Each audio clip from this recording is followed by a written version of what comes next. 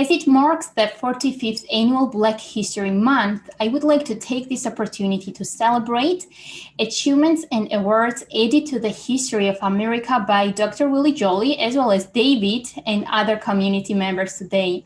So this is a very important day in the global chapter's history. Dr. Jolley is one of the selected professional speakers at Speakers Alliance Canada. He has been described simultaneously as a world-class, award-winning speaker and singer, best-selling author, and media personality. Dr. Willie Jolley has achieved remarkable heights in the speaking industry, having come from humble beginnings as a fired singer who was replaced by a karaoke machine. He has gone on to be named one of the outstanding 5 speakers in the world, Toastmasters International, inducted into the Speaker Hall of Fame, and achieved the distinction of Certified Speaking Professional by the National Speakers Association.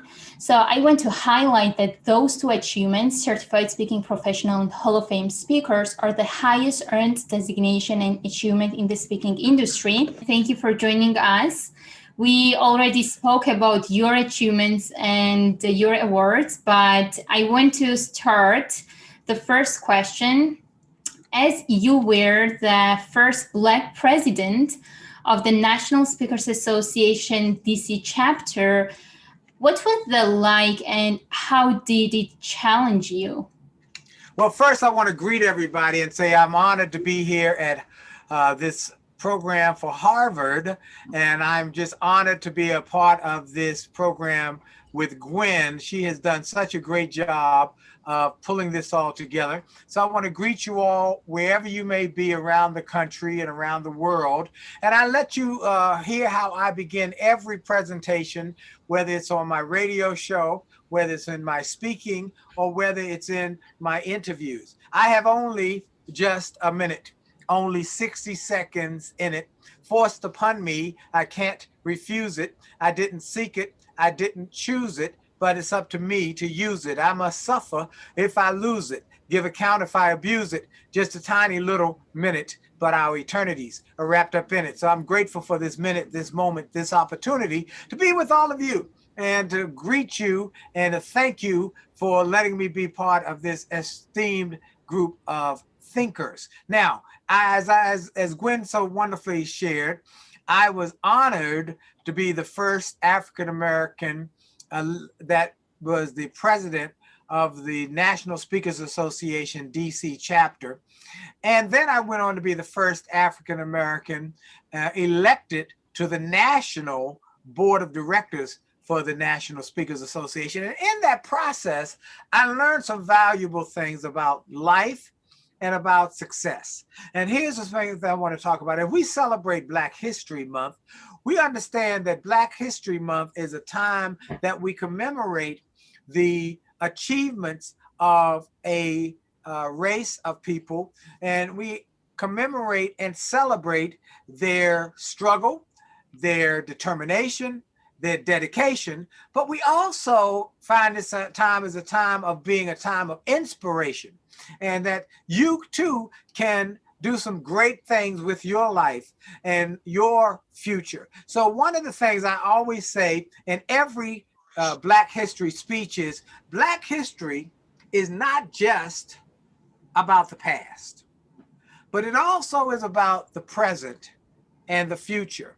And so as we celebrate Black history, the lessons I learned as the first African-American, you're going to get some people who question or doubt your ability.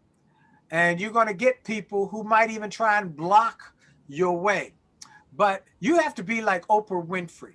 Oprah Winfrey said one of the secrets to her success was she decided to be the creme de la creme, which meant the cream of the crop, the best of the best. And that means you must make a decision to be excellent.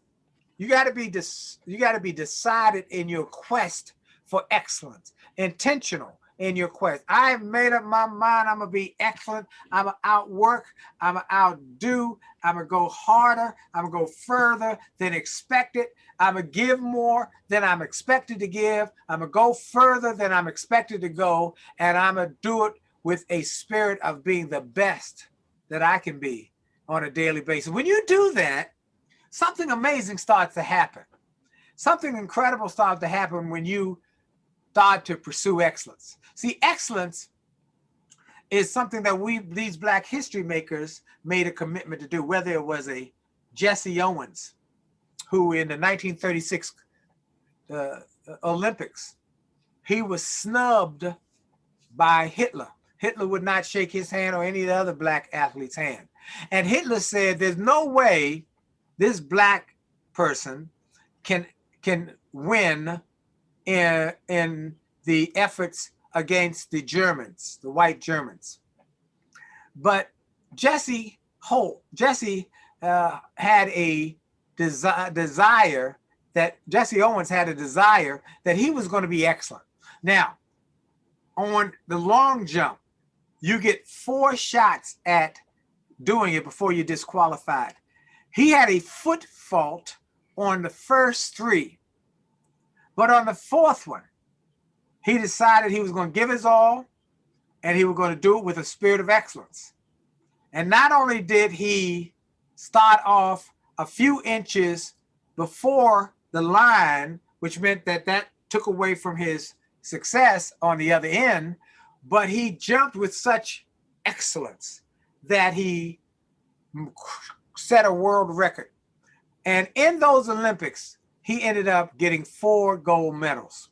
Or whether it's another Black history maker we might look at as a person of excellence is George Washington Carver, who, when things got tough in the agriculture industry and cotton, which had been king, had devastated the ground, he found new ways to grow peanuts, and then new ways to take those peanuts that were grown and create peanut butter, peanut soap, peanut milk, all these new ways of using a peanut. And so I'm saying to you, wherever you are, that you make a commitment to be excellent. You make a commitment to do more, be more, and achieve more every day. And you too will start to have greater success personally, professionally. You'll start to have greater impact in terms of your community, as well as in terms of your industry. So I just want to say that Black history is not just about yesterday or the past, but it is also about today, the present, and about the future. And I'm expecting some of you to make incredible success stories from where you are. The other thing that we can all learn from this is that Black history lessons and the experience should not just be for Black people, but that we can all grow from it. One of the things I love to tell in stories is this, that in America is a culmination of many cultures coming together to create a new country. You've got different ages, different cultures, different ethnicities, different religions, but I've been a student of life and success, and I learn from everybody. So I'm grateful for my Jewish friends, my Lebanese friends, my Arab friends, my Muslim friends, my Catholic friends, my Mormon friends, my white friends, my Hispanic Latino friends, my Asian friends, because I've gained value from each. Here's what I like to say. We might have all come over here on different boats, but we're in the same boat now. And if we're going to win in a global economy and a global economic situation, we got to row together. So I learned from every culture. I'm so grateful for all of my friends. I had a meeting with one of my multi-million-dollar, multi-millionaire friends who's Lebanese. the other day, and he told me about tabbouleh. I said, "What is tabbouleh?" He says, one of our favorite dishes is tabbouleh. And I said, "Wow, I want to go get some." And he told me a great place in Washington, D.C., a Lebanese restaurant where I can get authentic tabbouleh. And I said, "I'm going to go do that." I love sushi. I went to Japan to speak, and I had so much sushi, I thought I was gonna roll out of there. But I love these different cultures. I'm richer. I'm greater because of my Asian, my Hispanic, my white, my Jewish, my Muslim, my Arab friends, because I'm richer, because I did not limit my input of great people by the color of their skin. Thank you, Willie. So you went on to be the first Black person elected to the National Speakers Association Board of Directors, and now are the first Black chair of the Hall of Fame Leadership Committee. And in the years since you first were the NSADC president to now, what have you seen as major changes in people thinking? Well, that's a great question. As you said, yeah, I'm now the chair of the Hall of Fame Speakers Committee, and I'm the first African American to be in that position. I'm very honored by that. And in the Speakers Hall of Fame, you've got people like Les Brown. Zig Ziglar used to be in there before he passed. Brian Tracy, W. Mitchell, Jim Rome was a part of the Speaker Hall of Fame. Harvey McKay, almost all the great speakers we would know by name. Many of them are in the Speaker Hall of Fame. And so, as the first African American chair, what I've learned from where I was then, which was almost 25 years ago when I was president of the DC chapter, to where I am now, is the power of relationships. Mm-hmm. The power of relationships, and understanding that it's important to have respect for people, even if they are different. They could be very different. They could be someone who's quite different. Maybe they're politically different. Maybe they're economically different. But the power of relationships, and then the power as now the chair of always thinking how I can serve my constituents, my customers, my friends better. There's something about service that I want y'all to understand. There's something about the spirit of service that can change your life. I love this quote or this story that we heard about from Dr. Martin Luther King. In his last sermon, before he was killed, the last sermon at Ebenezer Baptist Church, he gave a sermon that is going on to be a historic and iconic sermon called The Drum Major Instinct. Many of you may have heard of that. And in that sermon, there's a small little piece that is profound. He talks about service. Dr. King said, if you want to be recognized, well, that's good. If you want to be important, well, that's fine. But if you want to be great, you need to know the new definition of greatness. Greatness is defined by the person who is willing to serve others. See, you don't need to have a college degree to serve somebody else. You don't need to know about Plato and Aristotle to serve somebody else. You don't need to know Einstein's theory of relativity to serve somebody else.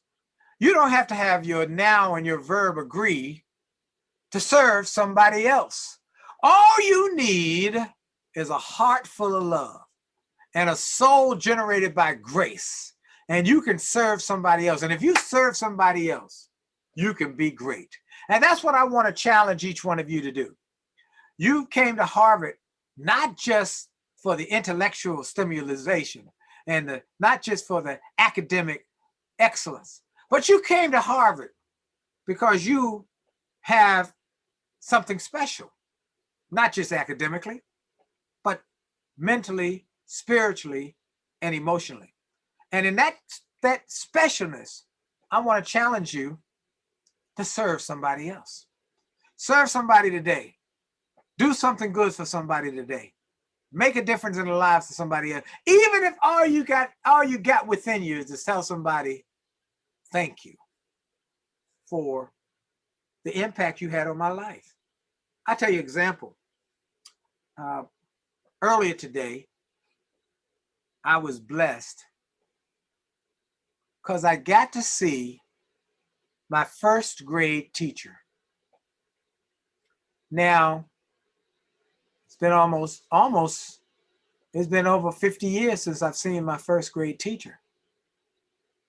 Her son called me last week and we chatted. And I said, I'm going to call your mother. He said, she's really proud of you. I said, I'm going to call her. So I called her and we chatted. And she told me, she said, I was always tough on you because you were so energetic and a little bit mischievous. She said, because I said there was something about this kid and I was tough on you. And now that I see you're a best-selling author, you're a well-known speaker, I hear you on the radio, I maybe should have been tougher on you. And I said, I'm going to bring you a package, a gift. So I took a number of my books. I took a bunch of my books. And many of you might know I have a book called It Only Takes a Minute to Change Your Life. And a book called A Setback. That's a national bestseller. Then this was a global bestseller, A Setback is a Setup for a Comeback. Then another global bestseller turned setbacks into greenbacks. And then An Attitude of Excellence. And then my latest book is a marriage book with my wife, Make Love, Make Money, Make It Last. So I took the collector's editions of each one of those books, first edition, I signed them to her, and she still lives in the Washington area. And I went to her home, I rang the doorbell, I put the books in the package at her door. She came to the door and I walked back to near my car so I could have some social distance. And I told her, thank you. Just thank you for being tough on me. Thank you for encouraging me. Thank you for teaching me. And thank you for your willingness to not make it easy, but to push me to be better. One of the things I want everybody to know, that life is about overcoming struggles. You're going to have struggles. You're going to have struggles in this academic pursuit. You're going to have struggles financially, maybe have struggles with your job or your career. You're going to have struggles in life, and they are good. Don't see the struggle as a negative. I want you to flip it. I want you to reframe it and see it as a positive. Why? Because it is out of the struggle that you fly. In my book, A Setback is a Setup for a Comeback, one of my favorite stories from the book is a little boy going through a forest, comes upon an emperor moth, struggling to make the transformation from a moth to a butterfly. The little boy sees the moth struggle to get his big body through the small opening. An hour goes by. He looks at his struggle. 2 hours, 3 hours. Finally, the little boy takes out a penknife, cuts a slit in the cocoon to make it easy so it would not have to struggle. And when he made the slit, out fell a bug that was neither a moth nor a butterfly. It had a big bloated body and small, shriveled, undeveloped wings. He says, fly, you're supposed to fly, but it couldn't fly. Its wings were undeveloped. He went to get his grandfather, come. Why won't it fly? He said, my son, what did you do? He said, I cut a slit to make it easy so it wouldn't have to struggle. He said, my son, that's where the mistake was made. See, it is in that process of forcing his big body through that small opening that it has to force the fluid out the body into the wings. Without forcing the fluid out the body into the wings will never develop. Without developed wings, that butterfly cannot fly. And a butterfly that cannot fly will never survive in the wilderness. The moral of the story, ladies and gentlemen, is that life and flight are in the struggle. You must struggle. How many of you have children? How many of you got children? Anybody here got children? Now, you know, when your children were babies, they crawled around on their hands and knees. But one day, miraculously, for the first time ever in their lives, they stood on their own 2 feet. What was the exact next thing they did? They fell down. But not one of you said, oh, stay there, baby, stay there. No, what did you say? You said, get up, try it again. And they got up and they tried to do it again. And they fell down again. And he said, do it again. And they got up and they fell down again. Now, sometimes they fell on their backsides, but sometimes they fell on their face. And you not only allowed them to fall on their face, you encouraged them. You encouraged them to do it again. Do it again. Because you knew if they never fell and got up, they never learned how to walk. They never fell and got up. They never learned how to run. They never fell and got up. They never learned how to maximize their potential. But some of us on this call today have been knocked down by life. Life has not been fair to us. It's knocked us down and treated us poorly. And yet, I want to say, you must get up. And don't let that stop you. Get up and fly like you were born to fly. It's going to be a struggle, but it is through the struggle that we become all we can be. So I thanked that first grade teacher. I gave her a bunch of my books and said, thank you for pushing me, making me struggle with my handwriting, making me struggle to learn how to read and write, making me struggle to learn some communication skills, making me struggle, because I'm all the better for it today. And that's why I wanted to come. When Gwen invited me, she said, would you do this? I said, absolutely. I'd be happy to do it, because there's someone in this room. There's somebody on this call who's the one. Who's the one? Let me tell you a little more about that story. When I was in 12th grade, I was not a very good student. In fact, I had a bad attitude, and I was just barely making it. One day there was an announcement on the public address system. We have a motivational speaker. Everybody must come to the auditorium. It's mandatory.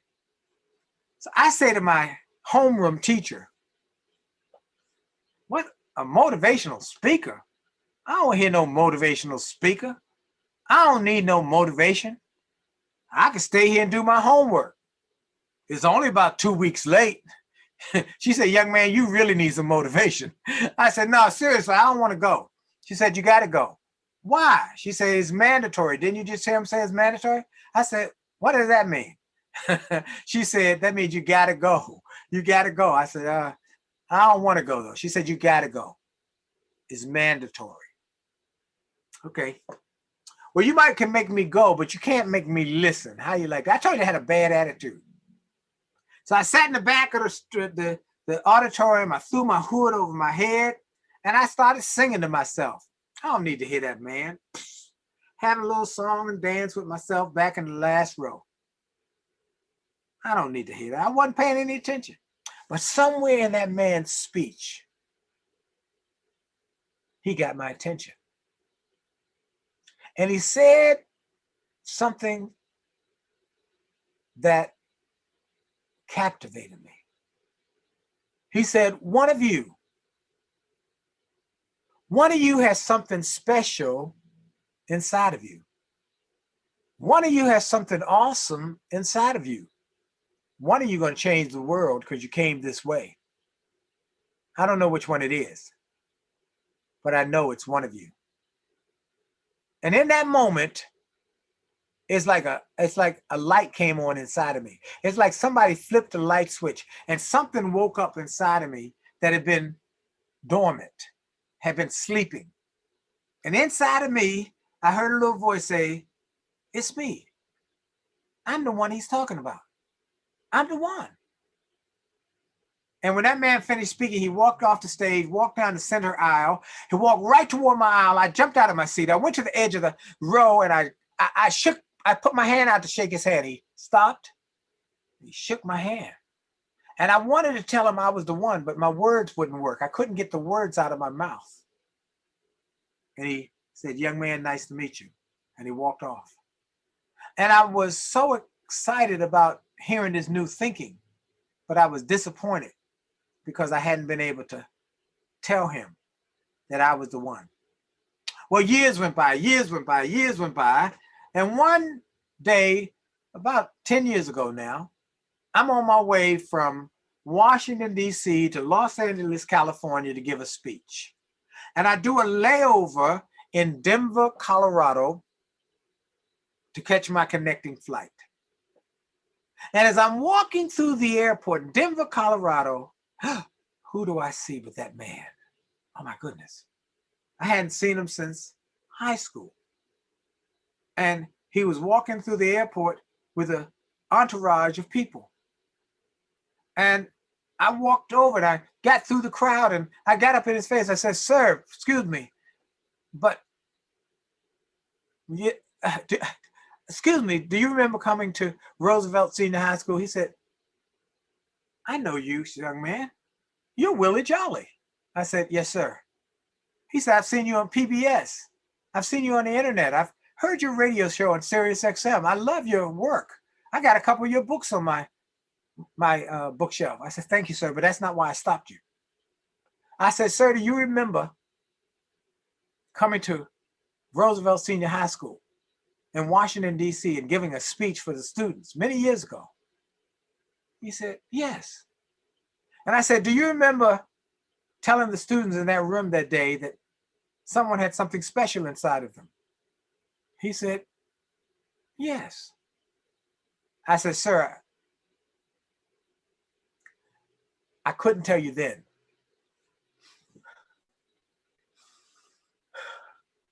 But I can tell you now. It was me.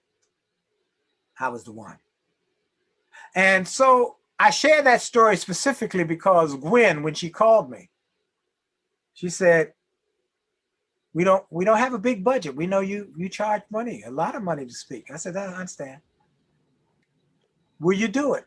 And I said, "Yes." I didn't tell you, Gwen, why I would do it. Because something in my spirit told me I needed to speak to this group of people. I needed to speak to this group because one of you